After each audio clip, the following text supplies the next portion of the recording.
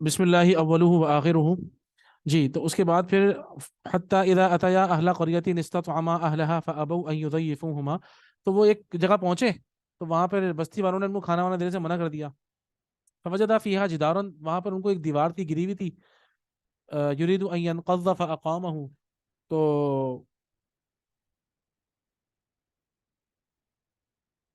پھر انہیں وہاں ایک دیوار ملی جو گر رہی تھی دیوار نا اسی جگہ پر جس بستی میں لوگوں نے منع کر دیا نا ہم آپ کو کھانا وانا نہیں دے رہے. اسی بستی کے اندر ایک دیوار گر رہی تھی.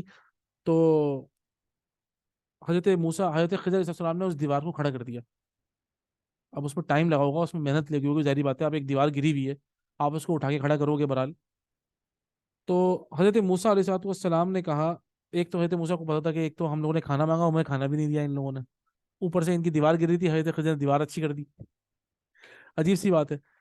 تو حضرت موسیٰ کے ذہن میں اللہ عالم بالصواب، اللہ ہی کو پتا ہے، یہ ہو کہ بھائی ایک کام ہم نے کیا ہے تو یہ دیوار کے پیسے مل جائیں گے تو کھانا لے لیں گے ہم، یہ بھی ہو سکتا ہے نا. تو اللہ عالم بالصواب، حضرت موسیٰ نے ان سے کہا لو شئتا، قال لو شئتا، اگر آپ چاہتے تو لاتخذت علیہ اجرا، آپ چاہتے تو یہ جو آپ نے دیوار بنائی ہے اس پہ کچھ پیسے لے لیں. اب اس کے بعد یہ تو تیسری مرتبہ ہو گیا نا. تو حضرت خضر نے کہا قال ھذا فراق بینی و بینک، یقیناً حضرت موسیٰ اگر آپ چاہتے تو اس کام پر کوئی ضرورت لے لیتے. تو حضرت موسیٰ نے کہا کہ لیجئے، میرے اور آپ کے درمیان جدائی کا وقت آ گیا ہے، بس ھذا فراق بینی و بینک، اب آپ کے اور میرے درمیان جدائی ہے. ٹھیک ہے جی. قد بلغت من لدنی عذرا سأنبئک بتأویل ما لم تستطع علیہ صبرا. اب میں آپ کو ان باتوں کا مقصد بتا دیتا ہوں کہ جس پر آپ صبر نہیں کر سکے اتنی دیر سے. ٹھیک ہے جی. اب حضرت خضر علیہ السلام بتائیں گے. اما السفینۃ، کشتی کا تعلق ہے، سب سے پہلے کشتی میں نے سوراخ کیا. ٹھیک ہے جی.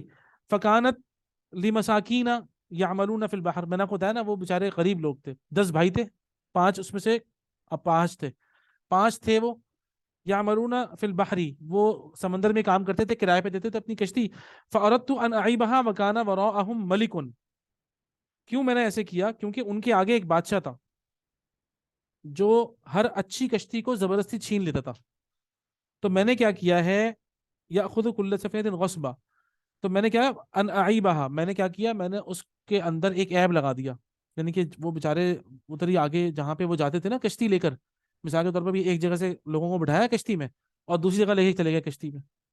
تو جہاں وہ جاتے تھے وہاں کا جو بادشاہ تھا بڑا ظالم تھا، وہ کیا کرتا تھا اچھی اچھی کشتیاں لے لیتا تھا، لیکن جس کشتی میں سوراخ ہوگا ہلکا سا یا کوئی عیب لگا ہوا ہوگا وہ کبھی نہیں لے گا اس کو، کہ بھئی یہ تو کشتی خراب ہے میں نہیں لے رہا. تو حضرت خضر کہنے لگے میں نے اس لیے اس میں عیب لگا دیا تاکہ وہ بادشاہ ان سے زبردستی چھین نہ لے. بےچارے غریب لوگ ہیں، کشتی بھی نہیں بچے گی تو کیا بچے گا ان کے پاس. یہ بات آپ کی سمجھ میں تو نہیں آئی، یہ تو مجھے پتا تھا، اسی لیے آپ نے مجھے کہا کہ بھائی آپ نے سوراخ کیوں کیا. آگے وَأَمَّا الْغُلَامُ فَكَانَ أَبَوَاهُ مُؤْمِنَيْنِ فَخَشِينَا أَن يُرْهِقَهُمَا طُغْيَانًا وَكُفْرًا. وہ جو بچہ میں نے مارا ہے جان سے، ٹھیک ہے نا، اس کے امی ابو بڑے نیک تھے، وہ ایمان والے تھے. فَخَشِينَا أَن يُرْهِقَهُمَا طُغْيَانًا وَكُفْرًا، تو ہمیں پھر اندیشہ یہ ہوا کہ وہ بچہ بڑے ہو کر اپنے امی ابو کو ستائے گا. ٹھیک ہے نا، اور اپنے بچے کی محبت میں ہو سکتا ہے یہ نیک والدین بھی اپنے ایمان سے ہاتھ دھو بیٹھے. اللہ اکبر کبیرہ، یہ بہت خطرناک بات ہے، انتہائی خطرناک بات ہے. تو یہ بات جیسے اب ہوتا ہے نا، مثال کے طور پہ کسی کے بچے کا انتقال ہو گیا، چھوٹا بچہ ہے نا، کوئی لڑکا مر گیا، ہمارے یہاں اچانک انتقال ہو جاتے ہیں، لوگ بیٹھ رہے ہیں میرا جوان بچہ ہے کچھ بھی نہیں ہوا تھا، کیا ہوا تھا، اللہ کو پتا ہے آگے جا کے کیا ہونے والا تھا. ہو سکتا ہے اس اولاد کی خاطر انسان اپنے ایمان سے ہاتھ دھو بیٹھتا. یہ اس آیت کے اندر ہمیں پتہ لگا کہ نیک ماں باپ تھے، بچپن ہی میں کسی نہ کسی ذریعے سے اس کی ڈیتھ ہو گئی. اب یہ اللہ کے علم میں، ٹھیک ہے نا، اور اللہ تعالیٰ کے علم کو ہم سمجھ نہیں سکتے، سب سے اہم چیز یہ تو ہم اس پر ایمان لاتے ہیں واقعتاً. تو اس کا مطلب کیا ہے، یہ ہمیں ایک واقعہ بتایا گیا ہے کہ دنیا میں جتنی بھی کوئی موت وغیرہ اگر ہوتی ہے تو اس میں اللہ کی حکمت ہوتی ہے، انسان کو وہ حکمت سمجھ میں نہیں آتی ہے. ہو سکتا ہے کہ یہ بچہ بڑا ہو، بعض اوقات ایسا ہوا ہے کہ کسی نے اپنے بچے کے لیے دعا کر دی، اور دعا تو کر دی لیکن وہ بچہ بڑا ہوا، بڑے ہو کے وہ کسی غلط صحبت میں چلا گیا، وہاں جا کے وہ بگڑ گیا، اور وہ ایسا بگڑا کہ اس نے اپنے جو ہے نا وہ ماں باپ کو بھی پریشان کیا، اپنے گھر والوں کو بھی پریشان کیا، محلے والوں کو بھی پریشان کیا، پوری قوم کو بھی پریشان کیا. اور ماں باپ کیونکہ والدین تو محبت کرتے ہیں، بعض اوقات ایسا بھی ہوتا ہے والدین مجبور ہو کر ایسی اولاد سے محبت کرتے ہیں، تو ایسی اولاد تو خطرہ ہے. یہ ساری باتیں جاننے والے اللہ تعالیٰ ہیں. تو اسی لیے اللہ تعالیٰ کسی کسی کو بلا لیتے ہیں. ٹھیک ہے نا. تو اسی لیے یاد رکھیے گا اس بات میں ہمیں ایمان لانے کی ضرورت ہے. اور یہ بڑا مشکل مسئلہ ہوتا ہے، لیکن یہ کہ ہم اس پہ ایمان لائیں کہ واقعتاً اللہ تعالیٰ کی ہر کام میں حکمت ہوتی ہے. اللہ تعالیٰ کی حکمت اللہ ہی جانتے ہیں. تیسری بات انہوں نے بتا کہ بھائی فَأَرَدْنَا أَن يُبْدِلَهُمَا رَبُّهُمَا خَيْرًا مِّنْهُ زَكَاةً وَأَقْرَبَ رُحْمًا. پھر ہم نے چاہا کہ بدلہ دے ان کو ان کا رب بہتر اس سے پاکیزگی میں اور نزدیک تر شفقت میں. چنانچہ ہم نے یہ چاہا کہ ان کا پروردگار، وہ ماں باپ جو تھے، وہ لڑکا تو اللہ تعالیٰ نے ان سے لے لیا، لڑکے کا انتقال ہو گیا، اس کے بدلے اللہ تعالیٰ نے ان کو لڑکی دی. اور اس لڑکی سے بعد میں وہ ماں بنی. ایک روایت میں آیا ہے کہ ان کا جو بیٹا تھا اس لڑکی کا، وہ نبی تھے ماشاءاللہ، جو نبی بنے. اور بعد روایت میں آیا کہ ان خاتون سے پھر 2 بچے ہوئے جو بعد میں آ کے دونوں نبی بنے اللہ تعالیٰ کے. سبحان اللہ. سوچیں آپ. تو اللہ تعالیٰ نے اگر ایک بیٹا لے لیا تو دوسری بیٹی دے دی. ٹھیک ہے نا. تو ایسا تھوڑی ہے. تو اللہ تعالیٰ کی حکمت میں تھا یہ بات. لیکن حضرت موسیٰ علیہ السلام نے اپنی آنکھوں سے کیا دیکھا؟ بھائی قتل ہوا ہے. تو اس میں کتنی اہم بات ہے ہم سب کے لیے، جو سوچنے والی بات ہے کہ تمہارے سامنے بظاہر اللہ تعالیٰ کا کوئی فیصلہ آتا ہے تو تم اس پر اعتراض نہیں کرو. تمہارے سامنے جو بھی ہو رہا ہے جس کے اندر کسی انسان کا کوئی دخل نہیں ہے تو تم اس پر اعتراض کرنے والے کوئی نہیں ہوتے. تمہیں اللہ کی تقدیر پہ راضی رہنا ہے کہ اللہ ہی اس کی حکمت سے واقف ہے، ہمیں سمجھ میں نہیں آ رہا. ٹھیک ہے نا. یہ بات ہمیں ذہن میں رکھنی ہے. آگے چلتے ہیں. وَأَمَّا الْجِدَارُ، اب وہ جو دیوار تھی، فَكَانَ لِغُلَامَيْنِ يَتِيمَيْنِ فِي الْمَدِينَةِ وَكَانَ تَحْتَهُ كَنْزٌ لَهُمَا. رہی یہ دیوار جو ہم نے کھڑی کی آخر میں، ہے نا، گر رہی تھی، میں نے اس کو کھڑا کر دیا. تو یہ رہی یہ دیوار، تو وہ اس شہر میں رہنے والے 2 یتیم لڑکوں کی تھی. 2 بچے یتیم تھے. یتیم کا مطلب کیا ہوتا ہے؟ جن کے والد والدہ میں سے کوئی نہ ہو. یعنی کہ ہو سکتا ہے والد نہ ہو، یا ہو سکتا ہے والدہ نہ ہو، یا ہو سکتا ہے دونوں میں سے کوئی نہ ہو. ان کے والد صاحب کا انتقال ہو گیا تھا. دونوں چھوٹے بچے تھے، چھوٹے لڑکے تھے، والد صاحب کا انتقال ہو گیا تھا. اب اگر والد صاحب کا انتقال ہو جاتا ہے تو گھر میں کوئی کمانے والا تو نہیں ہے نا، گھر کیسے چلے گا؟ تو اسی لیے کیا تھا معاملہ کہ وہ 2 یتیم لڑکوں کی دیوار تھی، اور اس دیوار کے نیچے ان دونوں بچوں کا خزانہ تھا جو ان کے والد نے چھوڑا تھا ان کے لیے. ٹھیک ہے نا. والد صاحب نے بہت ساری دولت دیوار کے نیچے چھپا دی تھی کہ بچوں کے کام آئے گی جب بچے بڑے ہو جائیں گے. چھوٹے بچے ہوتے ہیں وہ تو دولت کو استعمال صحیح سے نہیں کر سکتے.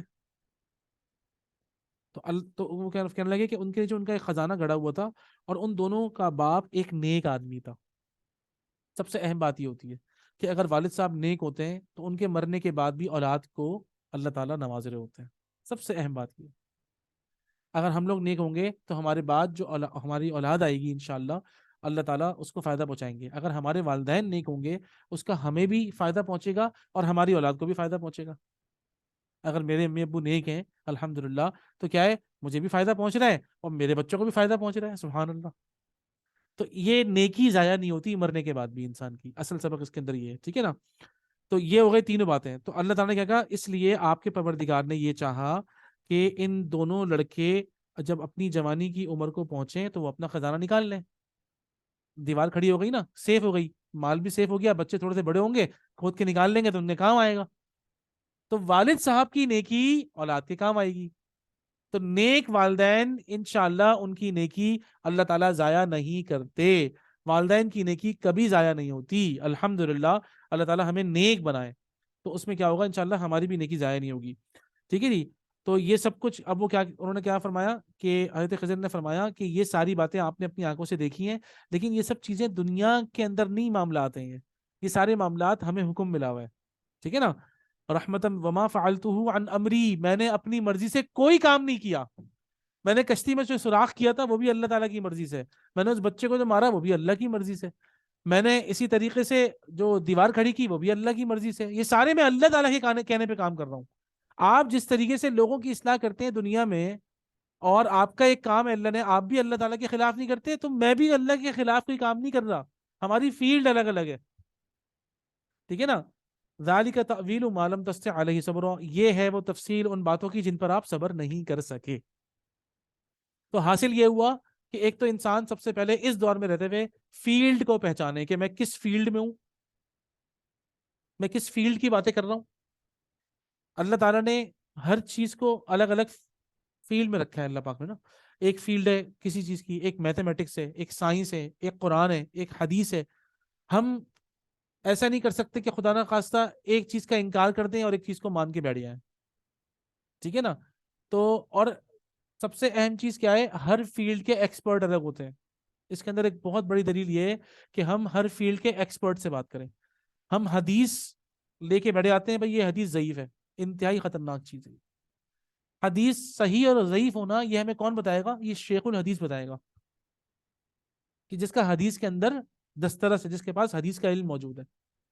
ہم قرآن مجید کی بیٹھ کے ایسی تشریحات کرتے ہیں؟ نہیں، ایسا ہم نہیں کر سکتے، بلکہ قرآن مجید کی تفسیر مفسرین اکرام کرتے ہیں۔ اور اس کے بعد اسی طریقے سے کسی کو عربی زبان آتی ہے تو وہ عربی زبان سکھاتا ہے، تو وہ عربی زبان کا استاد ہے۔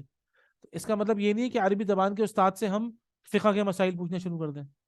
جیسے ہم میتھمیٹکس کے کویسچن جو ہوتے ہیں وہ فزکس والے سے تو نہیں پوچھتے نا، یا بایولوجی والے سے نہیں پوچھتے۔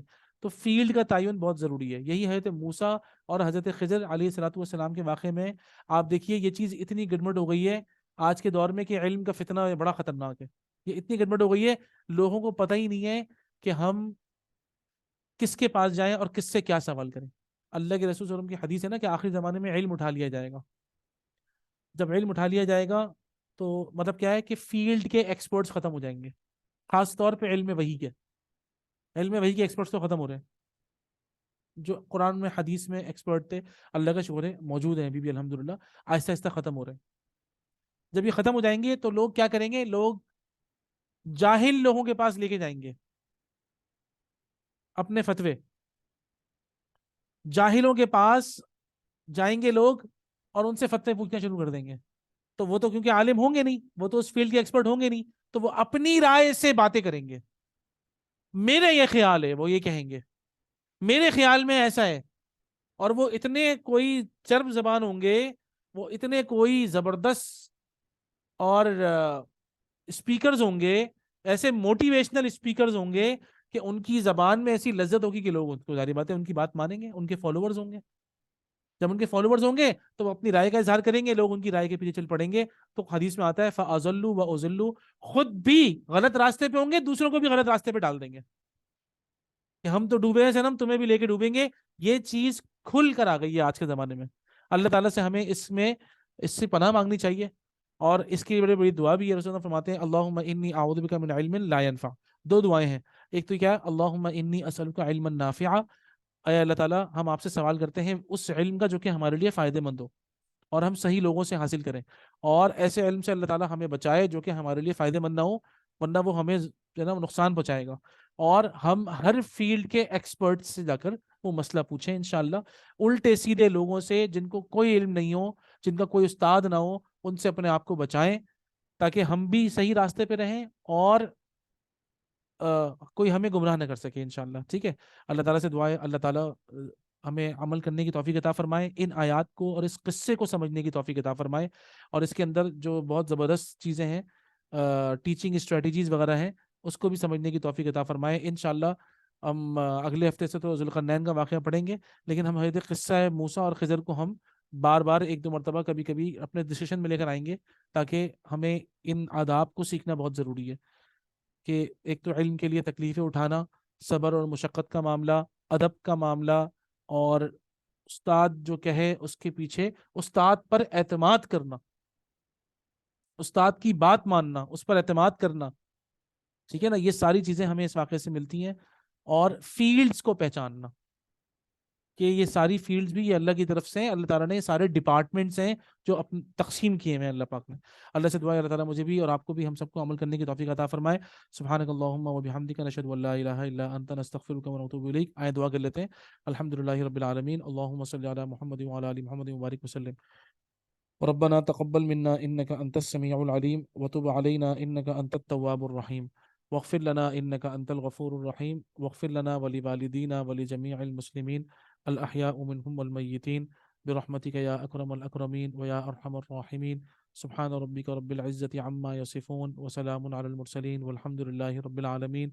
سبحانك اللهم وبحمدك نشهد أن لا إله إلا أنت نستغفرك ونتوب إليك. السلام عليكم ورحمة الله تعالى وبركاته.